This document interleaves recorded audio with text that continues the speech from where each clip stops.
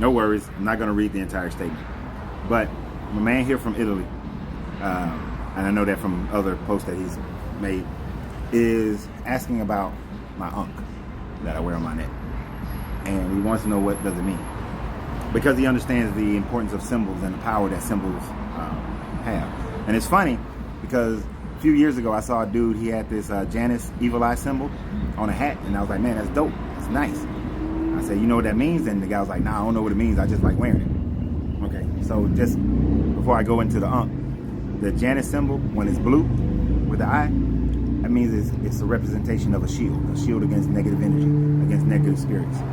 That's what that one means. But you want to know about the Ankh. I get this question a lot in my stores, whether I'm in the popcorn shop or the cigar lounge. And many people have different ideas of it. First and foremost, let me say, it is not the Christian cross, not even slightly. This has never had anything to do with death and resurrection. As a matter of fact, this is a representation of everlasting life. Everlasting life in this life and the next. Spiritual plane and the matter plane. You saw my video yesterday. I talked about the fact that what happens as above, so below in the law of correspondence.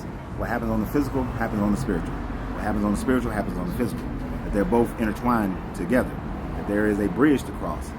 Now, in order to cross that bridge, you have to understand that the Ankh represents the balance of the masculine and the feminine energy. This shaft here represents the male penis. The two on the side represents the ovaries. Some people would think it represents the male genitalia, the balls, but it represents the ovaries. The male going into the uterus, representing the feminine energy. So this portion and this portion, feminine energy. Inserted together, they create, they manifest life. They create the clean birth, right? Clean birth, which is why I have the stone inside there. When you have a balance of your masculine and feminine energy, there's nothing you can't accomplish. You live a life that is more pure, that is more moral. This has to be extended to your spiritual life as well. This is why there's no separation between the matter plane and the physical plane, the matter plane and the spiritual plane of existence, because they both intersect with each other. You can't open your spiritual plane if your matter plane is disrupted. If you're all masculine, like our society is, this patriarchal system, there's no balance. This is why we have so many wars and starvation and famine and greed and all these things are going on. But this represents the balance of the two. So you want to get that in your life. The secondary aspect of it is that clean birth, the manifestation.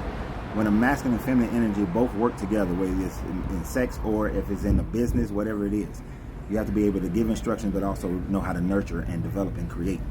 So you have that balance of that. So it represents everlasting life continuing on and on through the balance of your masculine and your feminine energy.